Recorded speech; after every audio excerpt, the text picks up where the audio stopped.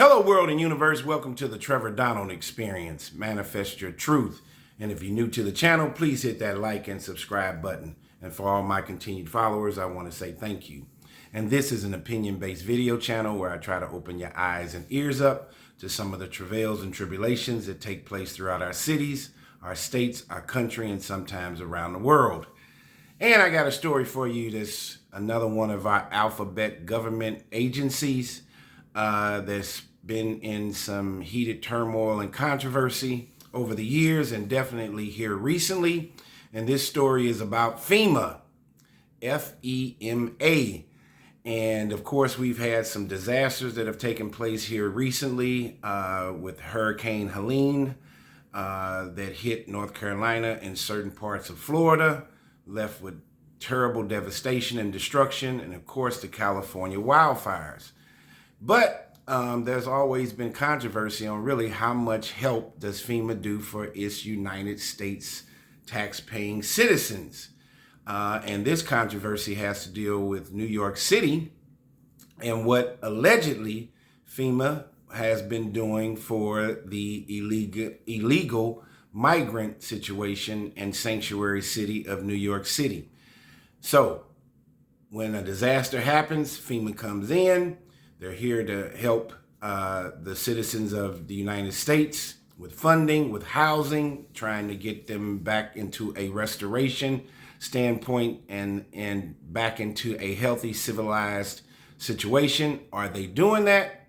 But we're finding out if this story is true, this FEMA has spent millions, hundreds of millions of dollars housing illegal migrants in luxury hotels, and doing quite a bit of funding for this migrant crisis, maybe at turning its back on its own U.S. citizens with these crises that have taken place in North Carolina, California, for example. But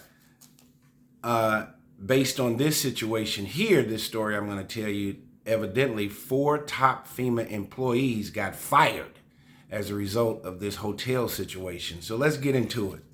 And let's see, is FEMA really helping the people of the United States, or is it allocating most of its funding to this illegal migrant situation? Which should take top priority? The tax-paying U.S. citizens, or this huge influx of illegal migrants that have entered our borders? I think both need to be helped, but one has to be prioritized over the other. We created a chaotic situation with our open borders, and over 10 million illegal migrants have entered and have not been properly vetted. And there's been chaos and disruption in New York City, Chicago, of course, the whole state of California, parts of Texas. And let's see what's going on with FEMA. So here we go. Top FEMA employees fired for giving money to hotel housing migrants. The U.S. Federal Emergency Management Agency, FEMA, fired 4 employees for making egregious payments for New York City hotels used for migrants, the Department of Homeland Security said recently, DHS. Why it matters. President Donald Trump's successful 2024 campaign heavily focused on illegal immigration and the promise of deporting upwards of 11 million people without legal status in the United States. The policy was shown to be popular among both Democrats and Republicans before and after the election. A New York Times survey found that 55% of voters backed Trump's mass deportation plan, while 88% support deporting undocumented immigrants with criminal records, while most Democrats and Republicans agree that the immigration system is broken, with some disagree with how policies such as deportations should be carried out. Meanwhile, Trump has proposed getting rid of FEMA altogether, preferring that the states take care of their own problems, as he puts it during an interview with Fox News' Sean Hannity last month. Trump has been critical of FEMA's response to Hurricane Helene, which devastated western North Carolina and Florida's Big Bend region. Remember I said that. in the beginning, what has FEMA done for that scenario with Hurricane Helene in North Carolina? And the wildfires in Los Angeles, including suggesting that the agency was biased against people in Republican-led areas. I don't know about that, but let's see. FEMA and other officials denied Trump's claims and provided evidence to the contrary. So what do we know? The Department of Homeland Security announced that 4 FEMA employees, including Chief Financial Officer Mary COMANS, were terminated for payments to reimburse New York City for hotel costs for migrants, but did not give details on how the 4 had violated any policies. Effective immediately, FEMA is terminating the employment of 4 individuals for circumventing leadership to unilaterally make egregious payments for luxury New York City hotels for migrants. Firing includes FEMA Chief Financial Officer, 2 program analysts, and a grant specialist, a DHS spokesman said in a statement to Newsweek. Under President Trump and Secretary Kristi Noem's leadership, Department of Homeland Security will not sit idly and allow deep state activists to undermine the will and safety of the American people, the statement said. The firings come after Elon Musk, who leads the Department of Government Efficiency, DOGE, D-O-G-E, claimed on X, formerly Twitter, that FEMA sent $59 million last week to luxury hotels in New York City to house illegal migrants. Now, stop right there. If that is true, $59 million. What are we doing about the opioid crisis, the homelessness scenario in the United States of America that's all over our 50 states? What you're seeing today with the number of people that are holding signs, sleeping on the streets, is something that I've never seen before in over 55 years, 56 years, 57 years of living. What kind of money are we spending for that, for the people that live inside the 4 walls of this country? Musk did not provide evidence for his claim. City officials countered that the funds in question were legally allocated by Congress last year. That's why it's very important to hold your state Congress, your U.S. Congress, men and women, accountable for how they're voting on your behalf. Because all of these laws and legislation is not just happening by the president. They got to go through the Congress and the Senate. A New York City City Hall spokesperson told Newsweek that the city only continued to receive previously allocated reimbursements by the Biden administration through the past week, stating that the previous administration had committed $237 million in funding to help house migrants. $237 million. How much money are they spending on the homeless scenario and the opioid crisis, or for mental health issues for our American citizens? This is $237 million just for the illegal migrant crisis in New York City.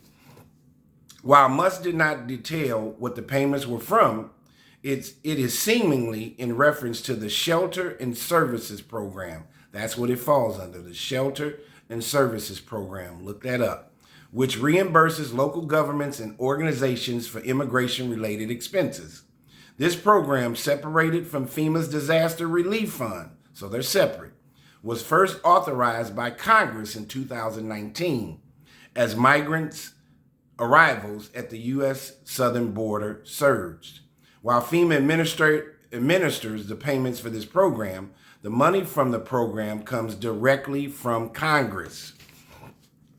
New York City has sheltered an estimated 46,000 migrants amid a broader influx of roughly 230,000 newcomers since 2022.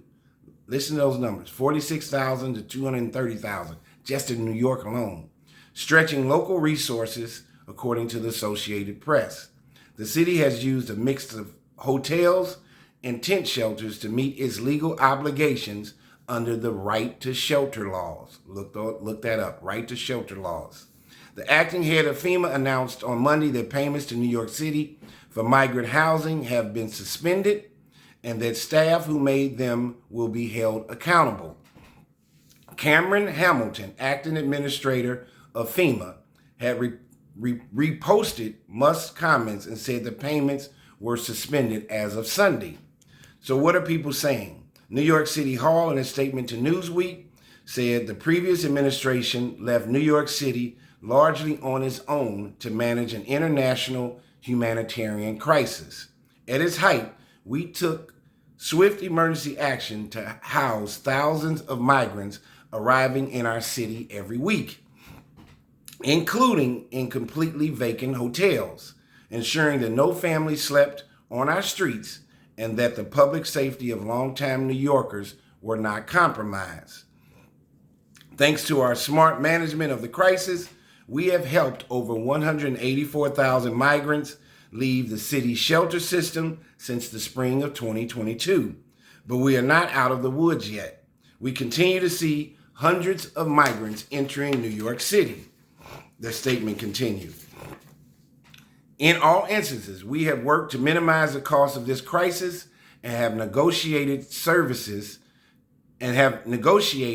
costs to ensure that we are not wasting taxpayer dollars. We have already spent over $7 billion on this crisis alone, and the previous administration committed only $237 million in funding to help house the migrants in our care and for our future services. We have continued to receive previously allocated reimbursements through the past week. We will discuss this matter directly with federal officials. Department of Homeland Security spokesperson Tricia McLaughlin told the Associated Press, as Secretary Noem said yesterday, we must get rid of FEMA the way it exists today. This is yet another egregious example. Individuals who circumvented leadership and unilaterally made this payment will be fired and held accountable. So what happens next? It remains unclear whether other FEMA employees will face termination and if other jurisdictions receiving Shelter and Services Program funds will also face funding suspensions. As tensions escalate between the federal government and local jurisdictions over immigration policy, the dispute over FEMA payments show a growing battle over how and where migrant support funds should be allocated. So what does this story show you? Well, we have issues that are going on between the federal government and state and local government in these cities such as New York City. And of course, Trump said that he thinks that the states should take care of themselves versus FEMA, which is your national federal program. You're seeing that millions of dollars have been allocated to this migrant situation, which we, United States of America, created. So we need to figure out how to get it fixed. But also, at the same time of trying to fix this migrant situation, I don't think that we should forget about our homeless crisis, our opioid crisis, and our mental health crisis. Those things need to be a priority also collaterally with this migrant issue. FEMA needs to do a better job in the sense that the allocation of funds for these cities that have had devastation need to be fixed, and we need to take care of our U.S. citizens first and foremost.